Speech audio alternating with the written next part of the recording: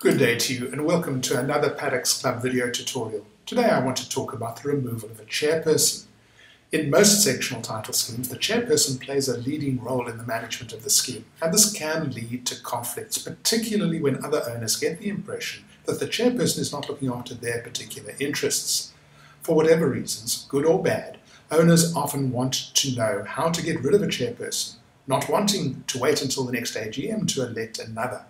The situation is dealt with in Prescribed Management Rule 19, which reads, the trustees at a trustees meeting or the body corporate at a special meeting, in respect of either of which notice of the intended removal from office of the chairperson has been given, may remove the chairperson from his or her office.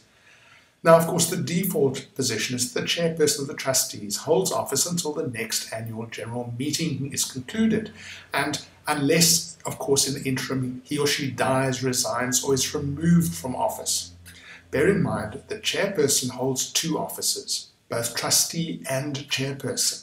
So the chairperson can be removed from office as a trustee, and therefore also automatically as chairperson, as set out in Prescribed Management Rule 13. Which says that a trustee shall cease to hold office as such if, by resolution of a general meeting of the body corporate, he or she is removed from his office, provided that the intention to vote upon the removal from office has been specified in the notice convening the meeting, more or less the same sort of provision that prevents people being bushwhacked, taken by surprise. In this event, of course, where the person is removed as a trustee, then they are also automatically removed as a chairperson. So Prescribed Management Rule 19 deals with removal from the chair only in two ways, either at a general meeting or at a meeting of trustees. But neither of these meetings can validly decide to remove the chairperson unless the notice of that meeting has specified the intention to consider that piece of business, that removal. Let me give you one or two additional comments. The rule cannot be altered by the developer on the opening of the sectional title register, but can be amended thereafter by unanimous resolution of the body corporate in terms of section 35(2)(a) of the Act, once there are owners other than the developer of at least 30% of the units in the scheme. Here, have a look at regulation 30 sub 4. The prescribed management rules provide only for annual general meetings and special general meetings, so the use of the phrase special meeting in this rule should, it is submitted, be interpreted to mean any general meeting, annual or special, for which special notice has been given of the intention to remove the chairperson from office.